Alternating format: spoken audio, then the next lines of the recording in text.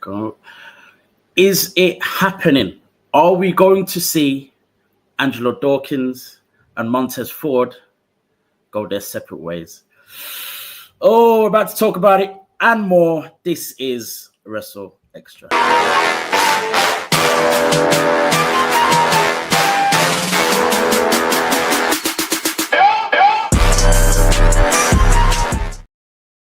Yo, this is a Wrestle Extra. I'm your boy, A Dazzle, the Black Wrestling Advocate, always joined by my tag team partner, the Oracle, the man, the knowledgeable one, the professor, that is Gerard Bonner.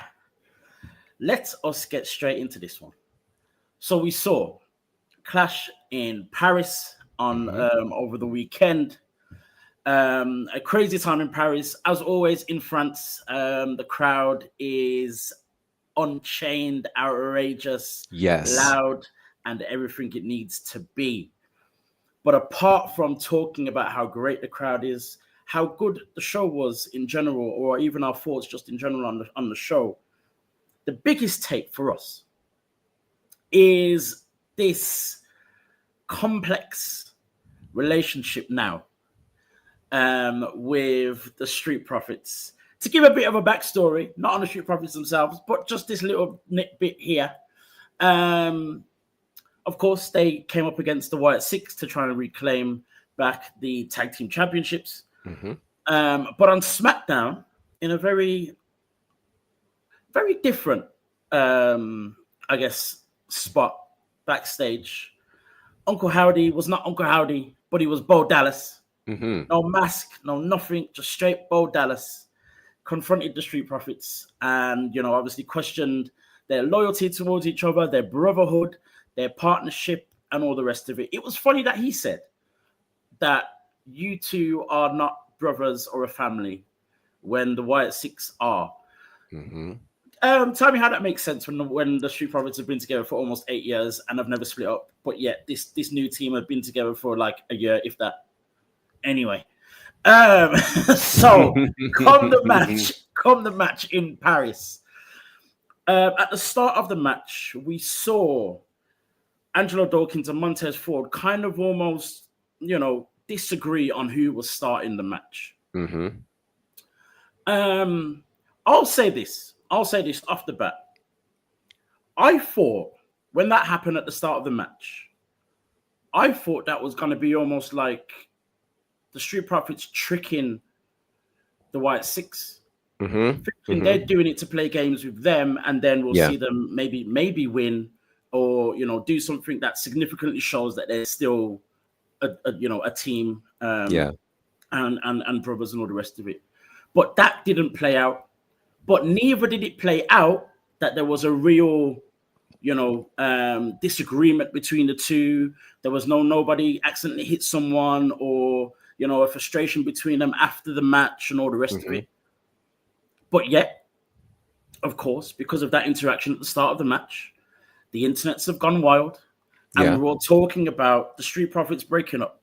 We've talked about this endless amount of times, so many times on this show over the last few years, saying that one needs to happen, asking when is it going to happen.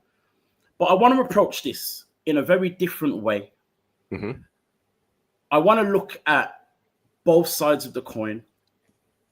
I want to look at what would it look. What are the pros and cons of them staying together, and what are the pros and cons of them breaking up? Let's stick with them staying together. Okay. I'm going to ask you your thoughts on that specifically first, and then we'll get into everything else. Okay, if they pull the Al Green card and they decide to let's stay together, question is, what is there left to accomplish? And I think that is the challenge of them staying together. Now, here's the pro. I think they get to follow the example set by the New Day. The New Day proved that you can be together for a lengthy period of time. You do not have to break up, and you can find success. If you look at all of the ebbs and flows of the New Day from when they started off kind of as a team that nobody really wanted to connect with to, being this triumvirate that almost had the Freebird rule where Any two of them were going to be the tag team champions. They were so successful that they had a WrestleMania entrance coming out of a cereal box. I mean, like, they really top merch sellers, fan favorites all throughout the years. Even when they tried to split the New Day up by way of the draft, it didn't work. The New Day managed to work, and instead the New Day evolved. You know, they got new music, they went heel, and right now the role that they're playing is very significant.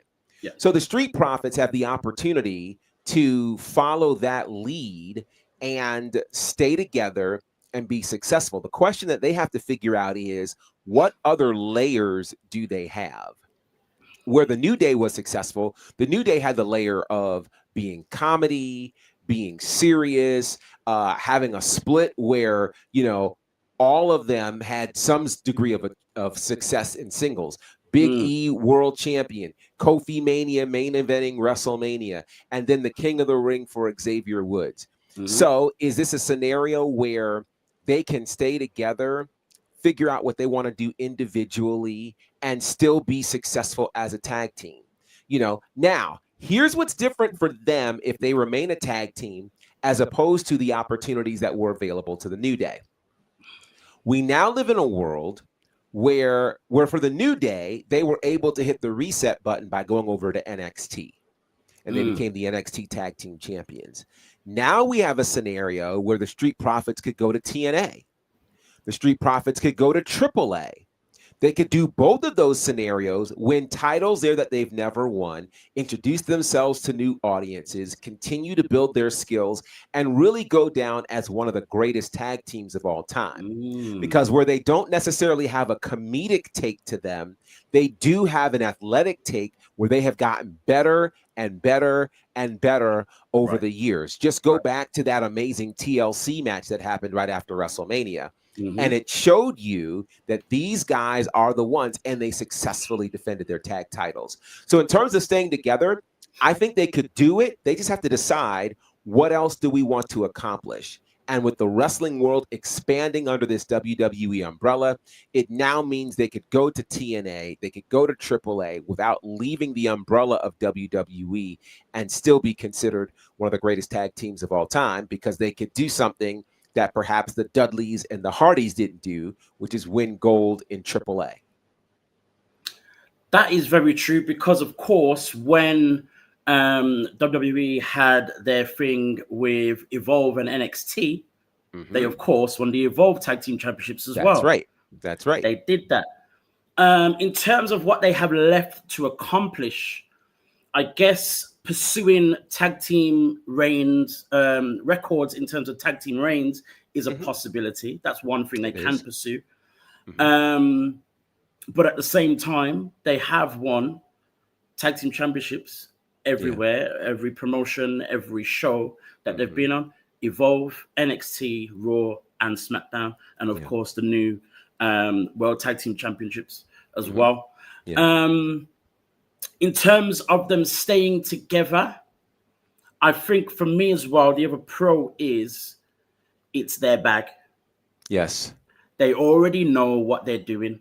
And as much as we've questioned their position, or when they were with Bobby Lashley and we weren't sure of how they were being booked, and even now we still question how they're being booked and if they get enough TV time and if their tag team reign was long enough and all of these other things. Given the structure and the depth of the tag team division on SmackDown, they are actually a standout within that group. Whether that be their in-ring talent, their experience, their popularity, they definitely tick more boxes than any other tag team in that division. So that as well. The negative of them staying together is that they are just then considered a tag team, and only that. It's like you said with the New Day. Obviously, we had Kofi, who had single success before, and tag team with other tag teams before. Right. So even like he had to stay with a team in order to kind of become someone within WWE. Big E was a former Intercontinental Champion, NXT Champion when they first formed. So he had that as well. Xavier Woods probably needed it a little bit more in terms in that respect. But, you know, obviously they made it work. And obviously over time, he became his own person by winning King of the Ring as well. And people and everybody kind of knew him for being kind of like the mastermind behind the New Day and all of that stuff as well. So we had that for them. With Montez and Angelo Dawkins, they don't have anything else apart from potential. Yeah. Nothing's proven, but we've seen the potential from both guys. We'll talk about the difference between the two in a little bit, but we've seen the potential of both guys. It's been talked about a lot and all the rest of it. That's the only negative of them staying together. And then on top of that, being in this, you know, very deep tag team division as well. How do they actually stand out? Because that's been a bit of a difficult, even though they've had their little blip, and no, not blip, but you know, they had their little time with the tag team championships and all the rest of it. You could get rid of them, and the tag team division wouldn't actually lose out. If you really think about it, because you've got so many other tag teams that could take their place, kind of thing. So there's that. But what then are the pros and cons of them splitting up? So the pros of them splitting up is you finally get to see what these two could do as single stars. You know, there's so many arguments that have been made in terms of WWE's commitment to tag team wrestling. And it seems as though in virtually every faction, save the New Day, people are going to break up. And when they break up, the question is who's going to be the single star. So I think the pros of them breaking up is you finally get to answer that question. Does Montez Ford become a star like everyone says he is? Or does Angelo Dawkins become the sleeper of this group? You know, and we'll get into that in a little bit. So yeah, the pros of that. Do you want me to touch the cons or leave that to you? I can touch that definitely easily because the other problem that we have, or the risk or the fear for me in general, I do want to see them do the singles thing, and that's whether they stay together or not. And as you mentioned, you know, in wrestling history, it's always been whenever anyone comes from a tag team or part of a faction or something like that and pursue singles championships, it's usually via a split. Someone them having a feud with each other first of all before going on to their own things. However it happens, however they do split up or however they do pursue singles competition, my fear is that in the current climate, there are too many guys in the spaces where we want them to be who are still not getting enough time, probably haven't been pushed yet, not getting enough TV time, haven't pulled the trigger. You know, there's so many people we can mention. And my fear is if they do that with the Street Profits, I would need to know, and I'm never going to know. I'm not in the back. I'm not there. But none of us will ever actually know. But I would need to know that they have a very solid idea and plan for them. So not just split them up and see what happens. It's split them up and push Montez to whatever, push Angelo to whatever, and do it that way. Not just, okay, we've got enough tag teams. Let's try it. Let's see what happens. And we'll go from there. I guess the other slight pro in that, though, is that there is nothing to stop them doing it not working, and then bringing them back together, because that can be a good thing as well. You know, we've seen it so many times in so many different teams that have split up, done their own thing. When they eventually come together, it's a big thing. We're kind of still waiting. There's a lot of people now talking about the Usos getting back together. You know what I mean? So it's not the worst thing in the world, but I would need to see, because when we had that whole thing with Montez in the Elimination Chamber, that had us drooling for weeks upon It did. weeks, upon months, almost a year, and then nothing happened. Yeah. From that. And I don't want that to be the case again, where we're kind of chomping at the bit, but never really get what we want from them going their separate ways or pursuing singles opportunities. So for me, that's the con. It's that unknowing adventure. You know what I mean? Yeah, let me throw another con on the back end of that, and that is this. This is the one part that most wrestling fans don't fully grasp, but is a major issue, and that is timing. You know, we can write out all day what we think would be amazing. We have been teasing and talking about a potential split for these two for years now. Years. There is a window where this idea works. And if you get outside of that window, this doesn't work anymore. I'm going to take you to something that seems related, but not, but is, right? So for many years, wrestling fans, particularly if you lived during the Attitude Era, you thought, okay, perhaps the match we haven't seen, there were a couple of matches that were ideal. Everybody prior to that, wanted to see Hogan versus Flair. Got that. People never got to see Austin versus Goldberg, right? And then they never got to see Sting versus Undertaker. There's a point where Sting and Undertaker are both in WWE, just like Austin and Goldberg are both in WWE. But there's a short window that you have to make that match happen. If it doesn't happen there, it just doesn't happen. And I think we're dealing very much with that with Angelo Dawkins and Montez Ford. And at this particular point, the concern now is you have to ask yourself, are we better together versus being apart? And so is the window closing? And so here's an example of that. 5 years ago, we're in a much different WWE. Sure, we have the pandemic happening, but we're also in a space where the WWE is looking to establish single stars. That space is where Montez Ford really gets to skyrocket. We saw him in that Elimination Chamber a couple of years after that, and it was still in that window. This is before WWE was sold to TKO, right?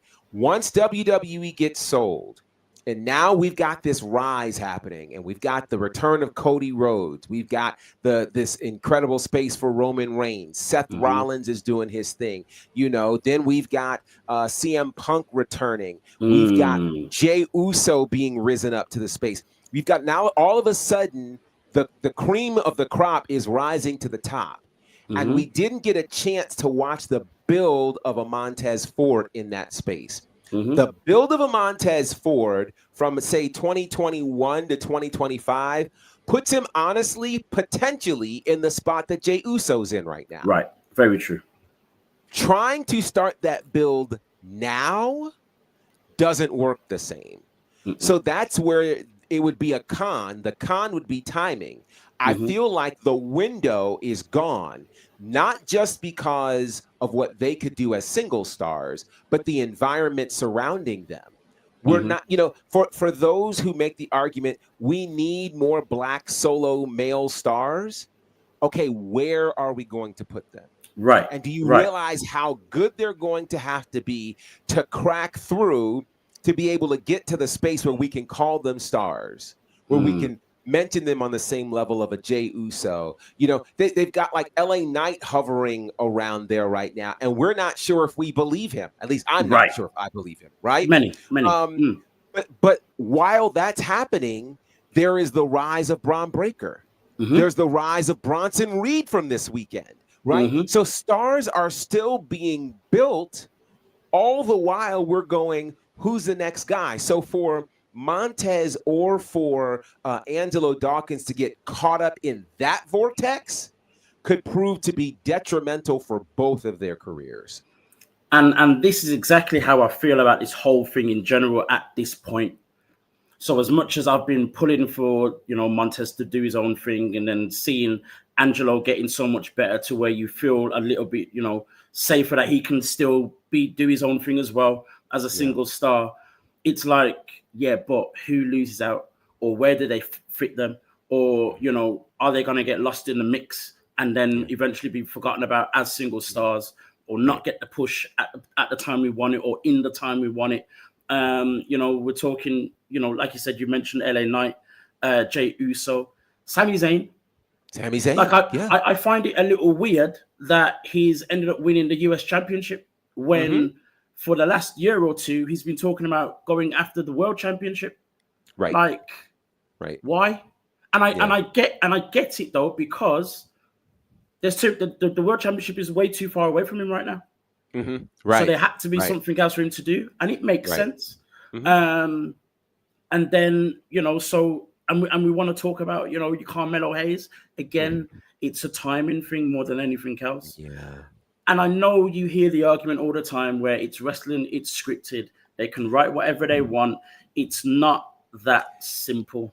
It is not. This is the complexity of the pro wrestling business that, again, most fans do not understand. To say, oh, it's scripted, write one out, write one in. It's not that easy. Listen, I have been in spaces with a number of the promotions that I work where someone who was scheduled to do something is no longer able to do it. And usually when the promoter finds out, it's usually never with a month's notice. It's usually day of or day before or something where they have to really kind of make lemonade out of lemons. And, they have to put on their creative hat, see who's available, try to figure out how can I continue telling this particular story. Right. And as the fan, you never know that this is what's going on behind the scenes. So you can't just stick a random person in there and figure that they can do it, because it doesn't work that way. And then no matter how you try to plan it, you can never plan properly an organic rise of a star. You can't. You can put them. Think about this. Think about what the WWE has gone through since 2015 with Roman Reigns. They have tried, a literal decade to create the star that they have now. And everything they tried didn't work until we got to the pandemic. And when we got to the pandemic, we finally put him with Paul Heyman. And we said, all right, we're going to abandon ship with this idea of him being the biggest face in the company. All of a sudden, we get the tribal chief. We get a Roman Reigns that learns how to work during the pandemic and is talking to us directly, something we never had before. And so you couldn't predict the pandemic. You couldn't predict a world of pro wrestling without an audience. And you could not predict that Roman Reigns would come out of that as the biggest star of the era. So there are so many variables in pro wrestling that fans have no idea about, that to say, oh, you can just stick somebody in there because it's scripted, speaks to how much you really don't know about this business, and how, again, at any point in time, something could hit. Look at this year alone. Charlotte Flair wasn't supposed to be the fan favorite she is now. It was one night at Evolution that turned that entire tide. You look at Io Sky, who's been the same Io Sky for the last 4 years. But it was this year that, again, some international fans took to her, and all of a sudden, everybody got on the Io train.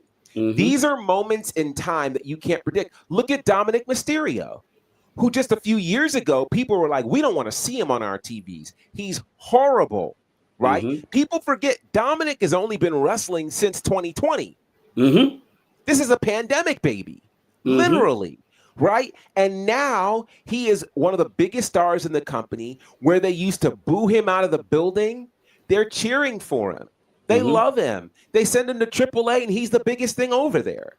So you cannot predict when something's going to hit. You can try to set up the situation for it, but you can't predict it. That's what makes this sport so much fun, is that for everything you think is scripted, you really don't know what is and isn't. That's the first part.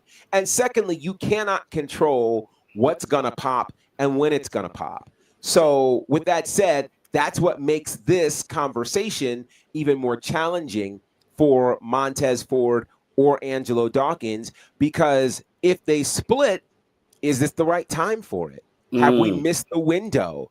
Are the other variables, are the conditions right for them to become single stars right now? That's the question. And this is why I go back to what I was saying about, just as you said about timing, and them having a very serious plan for them to rise in the way that we want them to. Right. It's all well and good them just being another name in singles competition and seeing them doing singles stuff, but then where will it actually go? Because there are so many questions about so many people that they have pushed.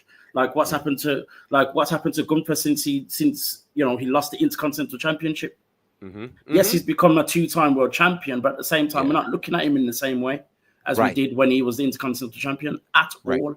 Right. A Jey Uso, it was undeniable that he was a fan favorite. He still is, but at the same time, they thought, okay, that means we'll put the world championship on him. It happened, but it didn't really work because for whatever he just really wasn't ready. Well, and then you could make the argument, did they, this is a heavy take, did they actually poke a hole in the balloon of Jey Uso by releasing Unreal? Yeah, true. Because when they did that, they showed the people, oh, snap, he's blown up. Oh, snap, he might not really be ready for this. So then do we believe when he might actually be ready? And now you can't be sure if there's potential talk of him now teaming up with his brother again. So it's all of these factors are such significant variables that it makes it difficult to create a formula to guarantee a star. And so it does get tricky for an Angelo Dawkins and for a Montez Ford. And it now makes you ask the question, do you have a better shot of being one in a few or one in a million? If they remain a tag team, they're one in a few. Because there's only a handful of tag teams in WWE. And so because there's a handful of tag teams, you have a better chance to stand out and have your name noticed, as opposed to being one. So you could be one of 6 tag teams and you all end up in the TLC match on SummerSlam. Or you could be one of 60 singles wrestlers who may or may not even get on TV, let alone the PLE. And that's what the thing is, because even going back to other people like your Sami Zayn, for example, there was a window where we probably should have won the world championship. Yes. That's gone because there's no way Sami Zayn is beating Cody Rhodes, right? Because he's currently on SmackDown. Not for now, anyway. If they did that, it was going to take some time. Yeah, he's definitely not doing it now because he's the US champion. Right. Then you've got LA Knight. There was a window. We thought he was going to beat Roman Reigns. That went. Right now, it's a little bit more possible, but the feud between Seth Rollins and CM Punk means he has to wait. Yes. As well. Yes. I feel as though Jey Uso was only a part of that match just to get the crowd reaction in France. So, the window is very small, and even going down to US and your Intercontinental Championships, you've got things going on. And it's not to say it's impossible for a Montez or an Angelo to win either one of those two titles. But again, unless there's a clear vision, then I'd be scared to split them up at this moment in time. I want to see it so bad. I want to see both of them do their thing so badly. But this moment in time, I'm too scared that it just won't work in the way that we want it to work. Yeah, and to that point, the other thing that is a variable is how long are the fans willing to rock on the journey? The fan base these days, you go single star today, they want you world champion next week. And that's just not reasonable or possible. So now the question is, as fans, are fans willing to commit to the next 2 years before you see either one of those guys holding championship gold? Are you willing to commit that long and buy their merch? whenever they get their first bit of merch? Are you willing to bring signs? Are you willing to respond to them on socials? Are you willing and dedicated enough? Do you have room for another star? Like, these are questions that most fans don't think about, but that people who are in these decision-making spaces have to consider. Do the fans have enough room in their pockets and in their hearts for another, again, somebody who they won't just cheer for, but they'll separate with their money for? Right. Because we got to understand the language that's being spoken. The language of pro wrestling in terms of success deals with social interaction and money. Right? If you move any of those needles, and that money flows in merch, that money flows, in lots of other areas. So if you flow and you speak that language, they'll respond. That's one of the reasons, to the point of why the New Day was able to stay together for so long, because they moved merch. People love them. So those are things that have to be considered as well. And even in that whole thing with the New Day, we'll go back to the New Day as a subject. Even when we had the time when the other two were injured and Xavier Woods did his own thing, it didn't last long. Right. Because it just didn't work. Whether that was because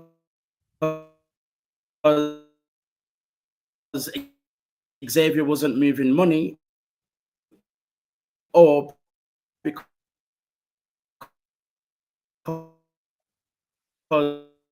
it just didn't fit the time at that time. We had Xavier. No, not anymore. So it has to make sense at the time. The other thing is, with both guys, potential is obvious. Potential we can see. But one will always be better than the other. There's going to be one that's going to be lost or pushed more than the other. We all kind of know the when it comes down to the vote, Montez Ford would be the one that most people would expect or say is the better one, or probably be pushed harder and all the rest of it. That doesn't say it's not impossible for Angelo Dawkins. We've seen his progress. We see how good he can be and all the rest of it. What then happens if they split up, do single stuff? Who does what? Well, I'll tell you this. I think Angelo Dawkins of the two actually has the biggest upside. And I'm going to tell you why. If you look at, and I've got a specific tag team in mind, actually a couple tag teams as I think about it. For one, there was a tag team called the Rockers. In the AWA, they were the Midnight Rockers. Shawn Michaels and Marty Jannetty. If you ever watch their tag team matches, the stronger member of that team appeared to be Marty Jannetty.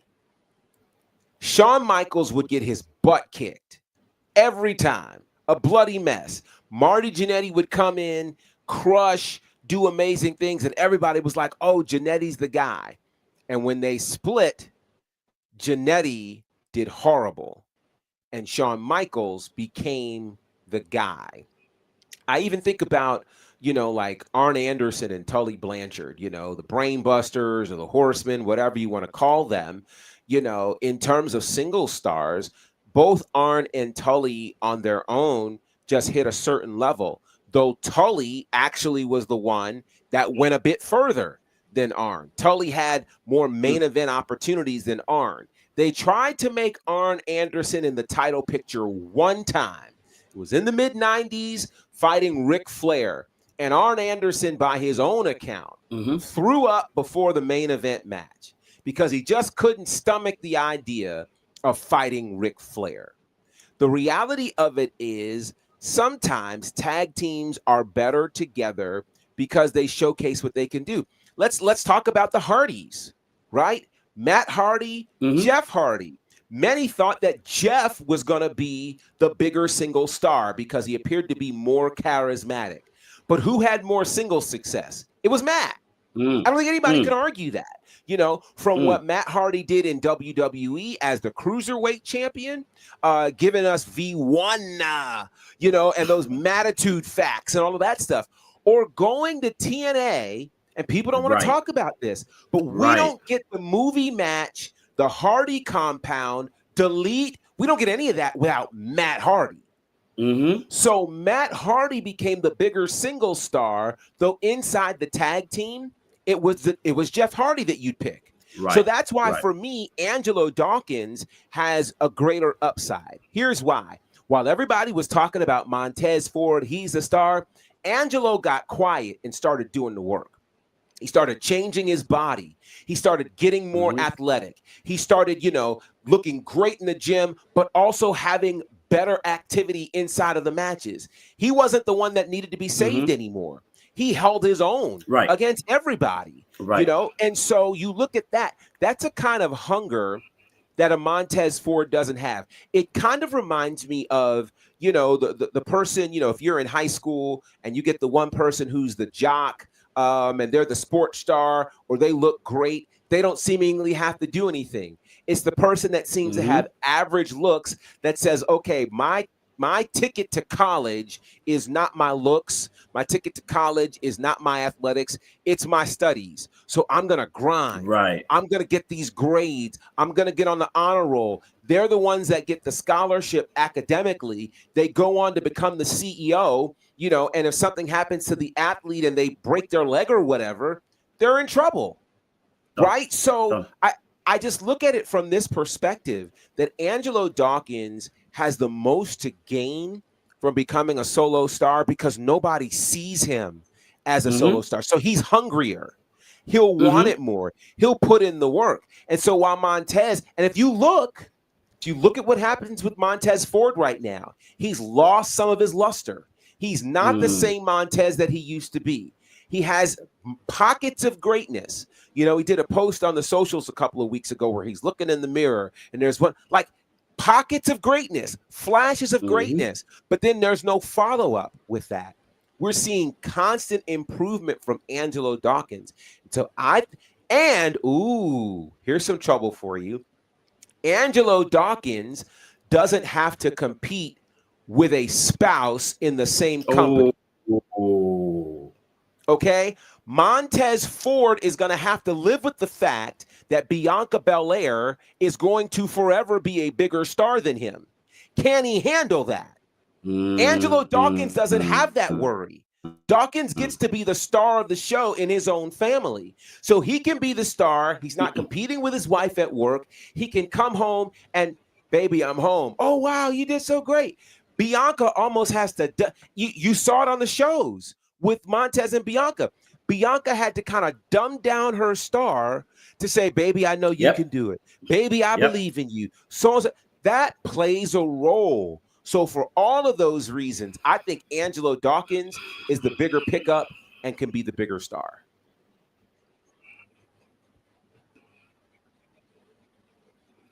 And this is the thing, when you talk about your Matt and Jeff Hardy, it's quite obvious. And you know what? You can even say this about Jay and Jimmy as well. Yes. Say this about Jay and Jimmy as well. Everyone kind of expected Jimmy to be the one. And I've been talking quite recently about Jimmy's the one that started the Yeet, and he's got the one with he's the one with the better promos and slightly better in-ring skills and more character and all the rest of it. And that's great. But I think, and again, we can say the same thing about Matt and Jeff. Jeff being the better one, more character and better moveset or more exciting to watch and all that kind of stuff. But I think for me, if we were to put it down to anything, the pressure and expectation that then puts on that person. So that would be the pressure from other people, and then a pressure on themselves can mess it up for some people. Whether that be complacency, whether that be them getting frustrated and impatient about their potential, and almost with Montez, it's kind of it wouldn't surprise me if the feeling is, all right, when are we going to do this? Right. All right, I'm getting frustrated now. Okay, right, this is taking long. Okay, I'm, like the mindset it's gonna play on you. Whereas, like you said, With Dawkins, it's not the same. Right. He's quietly sitting at the back thinking, yeah, I can wait. But while I'm waiting, let me do this. Yeah. Whether they notice or not doesn't really matter. But I know I can do this. And then they'll see it every now and again. And then they'll be like, oh, actually. So it's not the same. The mindset has to be very different. And it can it can easily go two ways. And we've seen it again. Matt and Jeff, Jimmy and Jay. Out of those both teams, who were the ones that had issues outside of wrestling? Jeff and Jimmy. Exactly. So it's not to say just because they're the ones with more potential that they're going to have the better career. It's not set in stone. And these are high profile, players that we're talking about as well. Right. Not just some small guys that we could easily forget about. It's all on TMZ and it was news the next day and blah blah blah and whatever. It's clear as to why Jay became the star and not Jimmy. It's simply down to trust and hunger. Right. And it's as simple as that. And these are very possible factors in what could happen if they were to split up the New Day. And it's scary to think about it like that. It is. But, we can't, as fans, we do this thing where we predict the future as if there are no variables. Right. And that can be a problem sometimes. And I think that's what it is. In terms of where they are at right now, and we're seeing this little potential split or, frustration between the two, or friction, should I say, between the two. How do you think that plays? How do you think that's actually going to play out with their story with the Wyatt Six? I think this is one of those scenarios where the Wyatt Six could be responsible for the breakup of the Street Profits. If you remember, I think they were assigning this to Karrion Kross, where he would mess with somebody and then all of a sudden they'd be poisoned and they'd be no good, and you really couldn't tell. Very different. The Wyatts had that, Bray specifically had that kind of effect on people as well. You look at Alexa Bliss, you look at even when Braun Strowman was doing his thing. Quite frankly, you could argue John Cena hasn't been the same since that Firefly Funhouse match, right? So if that DNA is running through them, and it's becoming clearer and clearer that the Wyatt Six really are more bad than they are good, of course, then it would stand to reason that they would look to poison the Street Profits. And I'll tell you, I think Montez Ford is the guy who goes heel in all this. I think he does. If you look at it, he's the one who seems to hold back when it comes to promos. And when I say hold back, I mean he has an edge to him. You can see it. It's like you can tell he gets kind of to that point, and then he tries to pull it back because he's like, "Oh yeah, I'm supposed to be right. I'm supposed to be." No, he needs. If they're gonna do this, he has to be the heel in all of this. And here's why: because there's just like Jade Cargill, there's no reason for us to feel sorry for Montez Ford. Right.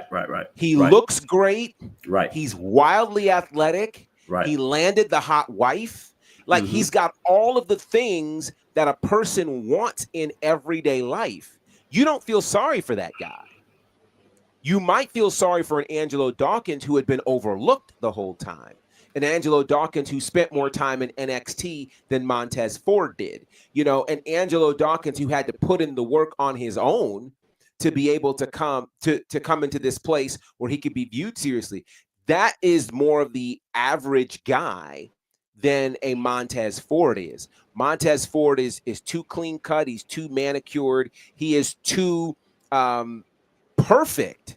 He's too smooth, right? Like in our communities, they call him a pretty boy, because he's so smooth with it. He's not some you don't feel sorry for a Montez Ford if he's going through a breakup. And I'm not. You understand what I'm saying? Because when you Mm-hmm. look at him, you go, "Oh, he can just have somebody else tomorrow." Mm-hmm. Okay, no, there's not another Bianca Belair, but he'll land on his feet. He'll be fine. But if you Mm-hmm. take somebody who appears to be average, everyday Joe, and they lose something great, they lose the great job. Oh, you feel bad for them. Mm-hmm. Mm-hmm. I think you have a better chance of feeling compassion for Angelo Dawkins than you do Montez Ford. And I think that if you'll notice, when Bo Dallas was talking to them, Angelo was like, "What do you mean? Of course we're brothers." Mm-hmm. And meanwhile, Montez is looking like, "Mm, I'm telling you, if Mm, you're going to make it mm, happen, that's how it mm. has to go down."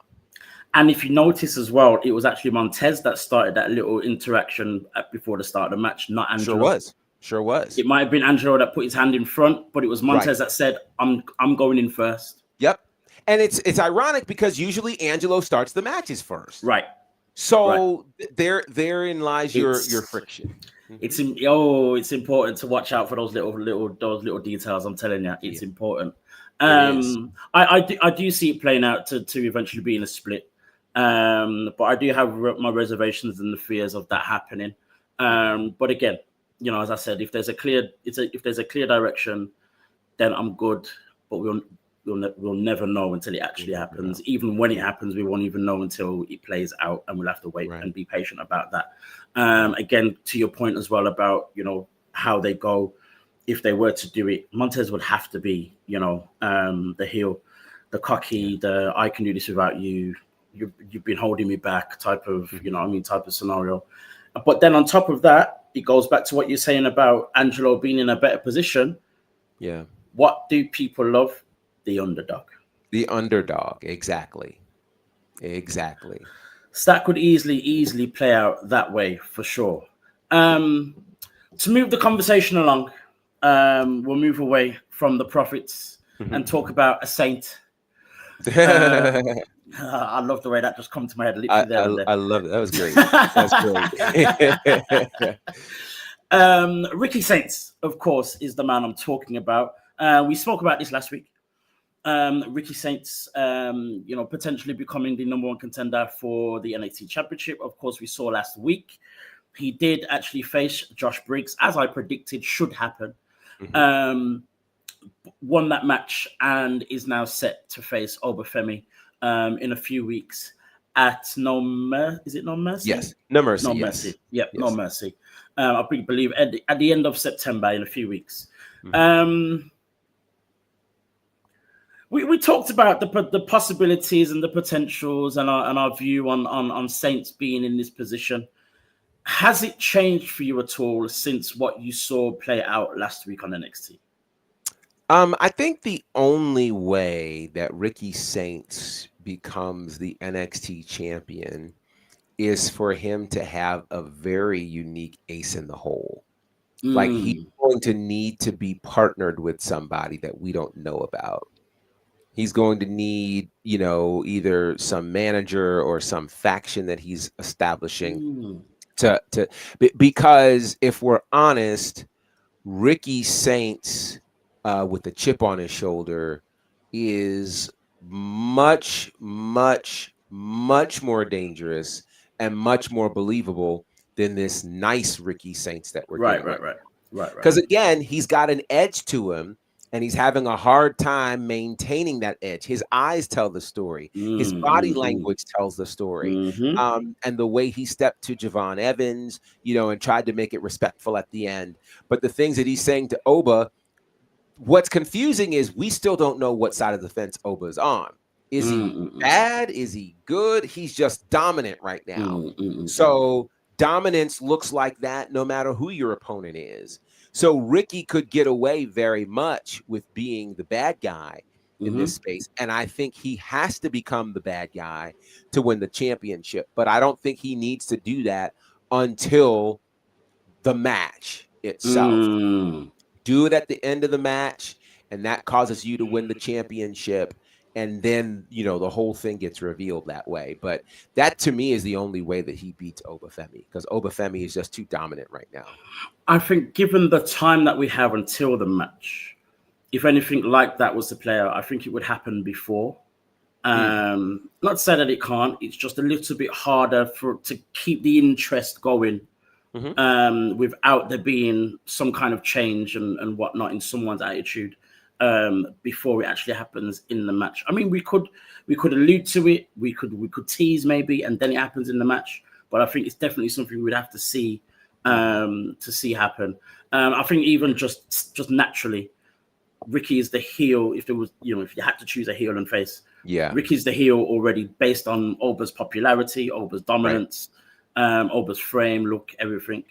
And as much as that could come across as a heel, as you said, you kind of don't really know where he is. Right. I think it would have to be a thing where Ricky has to be the heel in order for it to be a little bit more believable that he can take the championship from Oba Femi. So we'll see how that one plays out. They are both in a tag team match, an 8-man tag team match tonight. It is Ricky, Oba, and Hank and Tank. Yes. Against the 4 members of Dark State, of course. Them also being the new tag team champions. I don't think we even talked about that last week. No, we didn't get a chance to. Yeah.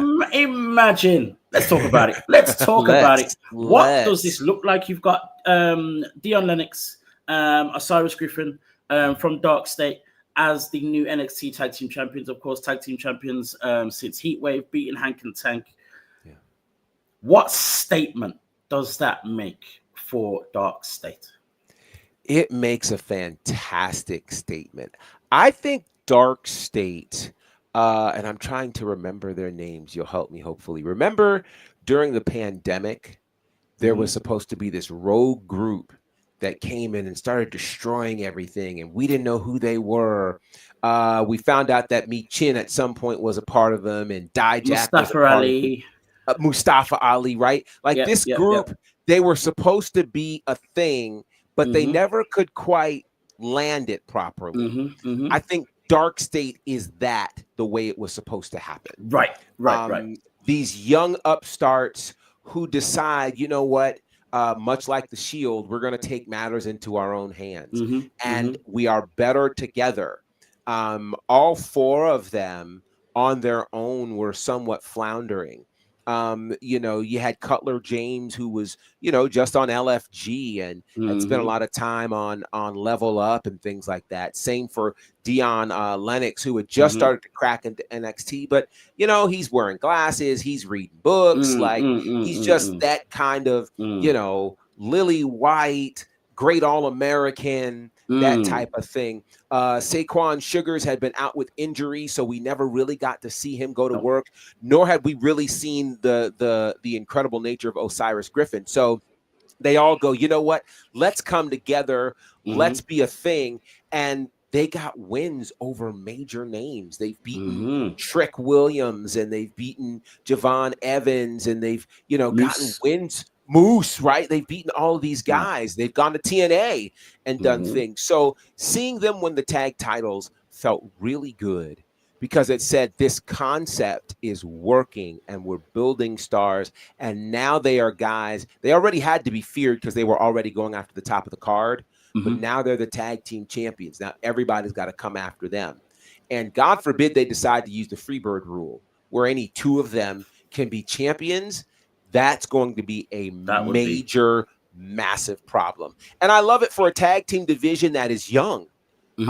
It's weird. NXT, there was a point where at NXT, all of the divisions, the women, the men, and the tags were kind of all in the same level. But now they're all different. The women's division obviously is top tier in all of wrestling. The men's division is still trying to build stars, but it seems like the youthful movement is over in the tag team division. And so because of that, it makes sense that Dark State are your new tag team champions. With them being tag team champions, and we've seen them kind of on more than one occasion, quite a few occasions, kind of come out and attack people multiple times on one show. Yes. Of course, we saw it last week. They had their thing with Hank and Tank, and then they came out to attack Oba and Ricky. What is that about? What do you think the nature or the intention or the end goal is with them doing that. They've just won tag team championships. Surely they want to defend that. I can't necessarily see either of them challenging, as single stars for the NXT Championship. What do you think this whole thing is about?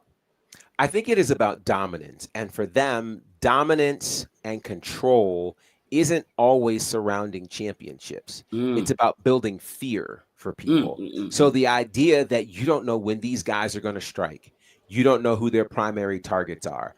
They want NXT in their image. So and I applaud them, right? They didn't go after the middle of the card to make an impression. They didn't, they didn't go after Hank and Tank per se, not to start. They started at the top of the card. And it was like, whoa, we got to pay attention to these guys because now they are major threats. And they didn't just attack. They won matches, lots of them. So now it's not, okay, this isn't luck. These guys are guys that need to be feared. And in a brand that sometimes is in desperate need of villains, now you've got them. Tony D and his family are no more. You don't, Legado del Fantasma isn't there anymore. Like all of the factions that really kind of brought fear to you and were villains are gone or disbanded. The closest you have is the culling. And again, it's 2 men, 2 women. So they can't strike the level of fear, nor are they as intimidating as Dark State is. So I think for Dark State, it is about control, it's about power, it's about dominance, and it's about intimidation. For sure. And to talk about the Colin, like I love the fact that the focus is more on oh gosh, I've forgotten that is so bad. Tatum Paxley and Izzy Dame. Izzy Dame. Who has come a long way. Both of them have come a really long way. Right. And that's why I wanted to say that, because like for me, Izzy Dame is one of those females who she had a bit of a, she had this potential. It was never really realized. She disappeared for a little bit and then came back. And now, and like I said, because of the focus within this group is now actually on her, we know that Sean Spears is the leader, but at the same time, we know the focus and almost like the reason for the group now is more to push Izzy Dame than anything else. And she's taken to it like no other, and it's working. It's working definitely. Going back to Dark State, and I think that they've not been silent about this. Right. For them, it's all about creating chaos.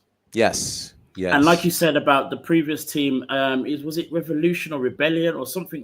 Something like that. It was. I'm trying to remember. It was with an R. It was definitely with an R. I know that much. Yeah. I just remember that much. Yeah. But that's what they were about. It was this whole chaos and what I mean, and taking control of chaos while creating it. Stuff like that. So I think for me, Dark State have done that perfectly so far. I love how all 4 men can kind of hold their own. And while we are still kind of like, we were questioning Cutler James's position and his potential and all the rest of it, kind of found his bag with that little comedic. That works. It works so well. And the name of the group was Retribution. That's the one. Yeah, there it is. And then obviously Saquon Sugars, that guy, the potential of that guy is outstanding. But I love that we see the potential of Osiris and Dion as well. Dion Lennox, that's the guy you have to look for because his promo work is unmatched in a very different way. Whereas Saquon, you can see Saquon being the type of guy that can talk for forever. Yeah. Dion Lennox just has a cadence and an intelligence to his promos. Yeah. That's just different. And then obviously he's as big as he is and can work in the ring as well. I think he's got, for me, he might be the guy who has the most potential to be the biggest star of the 4. But yeah, they're special, man. They're special. They are. Turn our attentions away from NXT. We head over to Ring of Honor. So finally, after 4 long years for Shane Taylor himself, he finally wins back the Ring of Honor 6-man tag team championships, of course, alongside the Infantry, Carly Bravo and Sean Dean, collectively as Shane Taylor Promotions. You know some of these guys well, personally, all the rest of it. When you saw the news or watched it, however it happened, what was your feeling when you saw that they were now the new ROH 6-man tag team champions? Much like you said before, finally. You know, these guys have worked so hard. I mean, I had the privilege of literally being there for Carly Bravo's very first match at the Nightmare Factory, and to watch his trajectory, to watch how Sean Dean, who is a Southern Honor original, to watch him and how he has progressed. You know, still the only guy with like 2 wins over MJF, right? Like, it's crazy to see. And now these 3 together, you know, working with Shane Taylor, it's just great. You know, and I'll say this, for as much as I thought they should have been champions and held gold much before this, to win that title in the historic 2300 Arena, which is not just known for ECW, but is known very much so for Ring of Honor. To win it there is historic. It's a big deal. To see, again, this brand now be trusted with these guys, you could make an argument. It's a reason that people might consider paying $9.99 to see them behind the paywall, you know. And what's equally interesting is now you've got a Ring of Honor where a number of your champions look like us, from the 6-man champions to the forever women's champion, you know, the original TV champion being Red Velvet. You know, like it's a really, the current pure champion, Lee Moriarty, who's also Shane Taylor Promotions. Like, literally, Shane Taylor Promotions is Ring of Honor right now. And I love that.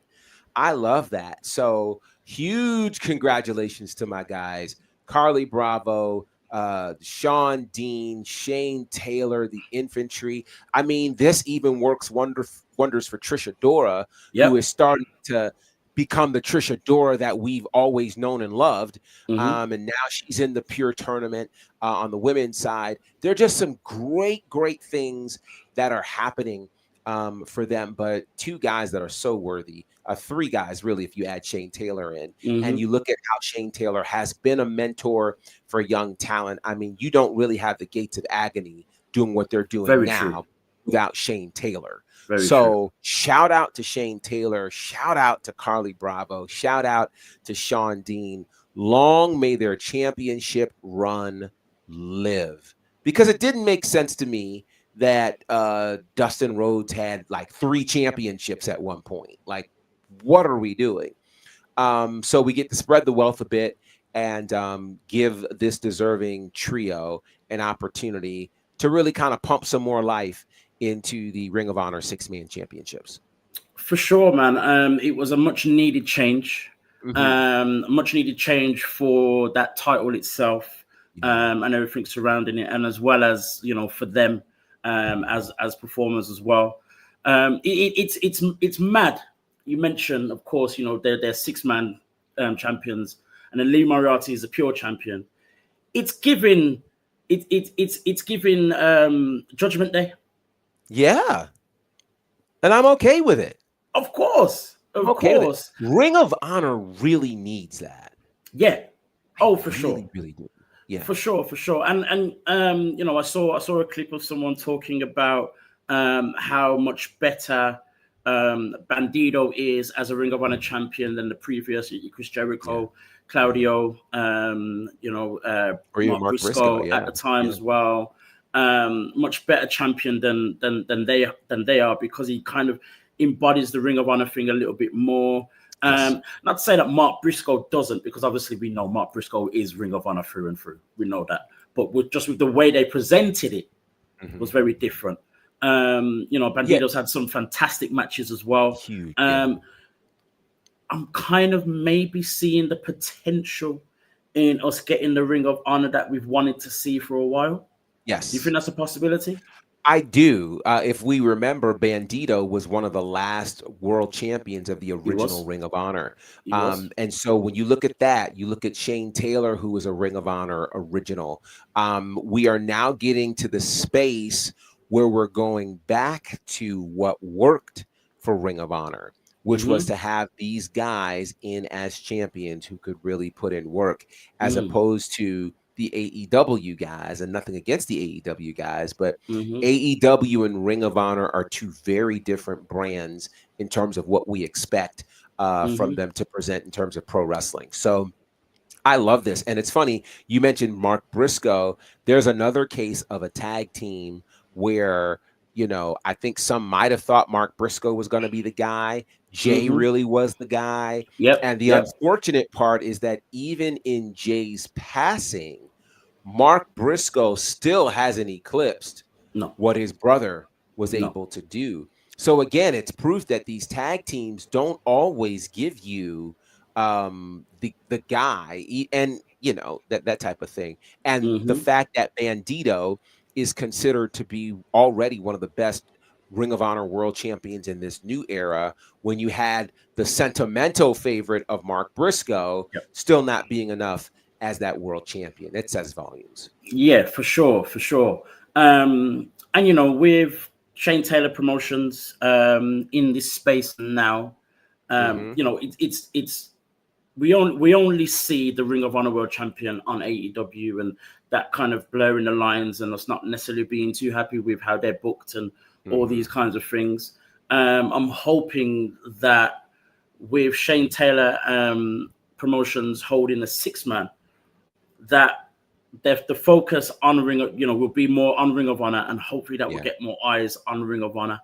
Yeah. We've had the argument, we talked about, the way Athena was booked over the last couple of days or the last few months, and the last few events and stuff.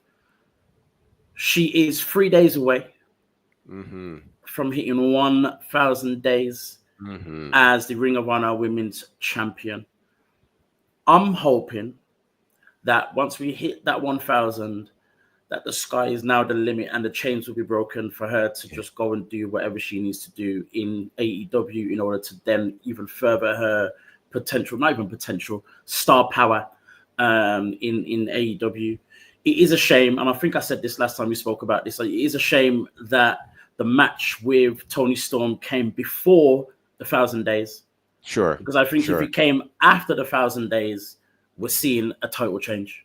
I We think that's hope. still. We hope. I think that's still possible. It may have Yeah. to, we have to restart the journey and all the rest of it. It may take a few months as opposed to a few weeks or days after the 1,000 days. But I wish the first opportunity came after the 1,000 days, because I Yeah. feel as though that would have made more sense for us to have her defeat Tony Storm, or at least whoever it was by then, Hmm. for the AEW Women's Championship. Yeah. But we'll see what happens. But in 3 days, she will be Athena 1,000. That is mad. That's That amazing. is mad. And I, and I, and I, Amazing. and I love that. And I love that Yeah. for her. Yeah. We're also keeping our eyes very closely on the Pure Women's Championship as well. Hmm. In a tournament, you mentioned Trisha Dora's in there. Queen Aminata's also in there. Yeah. We've been seeing her doing her thing as well on AEW, mixing it up with the Hmm. rest of the ladies in there, having Yeah. some great matches, great showings.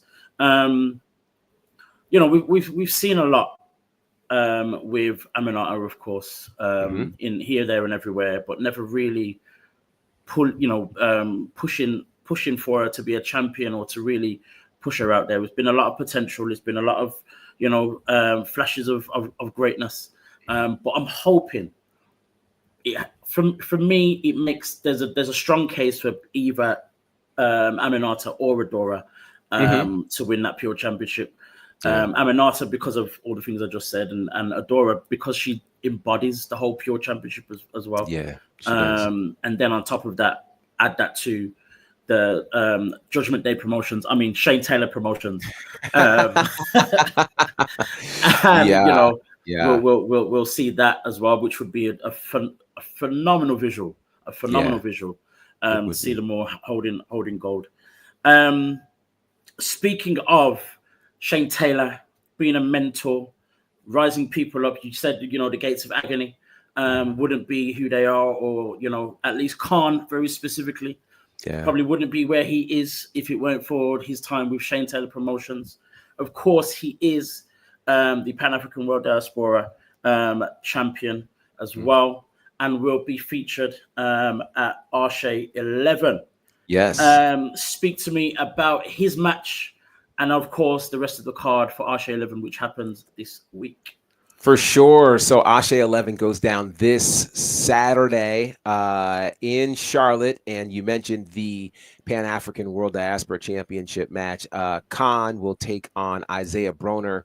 And this is kind of a big deal because Isaiah Broner, a couple of shows ago, had a shot at the Pan-African World Championship against then champion Shug D. But Khan would come in and interfere in that match and cause it to be a no contest. So Broner never really got his full opportunity at that championship. So he gets an opportunity at that title this Saturday night. So shout out to him. I think this should be a hard-hitting match for the first defense for Khan, which you got to wonder. Khan is in a situation that none of the other holders of the Pan-African Championship are in, which is him having that weekly obligation over at AEW. So how will all of the travel going all across the world, how will that impact him? Will he get caught slipping on a banana peel? And will Isaiah Broner become the new Pan-African World Champion? Or will Khan show the world that, no, this was not a one-hit wonder. This is not a figment of your imagination. This is not AI. This is very real, and that he deserves to be the world champion. So we'll find that out on Saturday. Lots of other big matches happening as well. A one-on-one match. I'm really pumped about this one. Yaya, the Gifted One, is taking on LeBron Cozone, and Cozone is, just, oh my God. Oh my God. So back in June, of course, we had Return of the King. It was Cedric Alexander's return to Charlotte, North Carolina, and to Arshay after leaving the WWE. Well, he will be taking on fast as hell Ian Maxwell.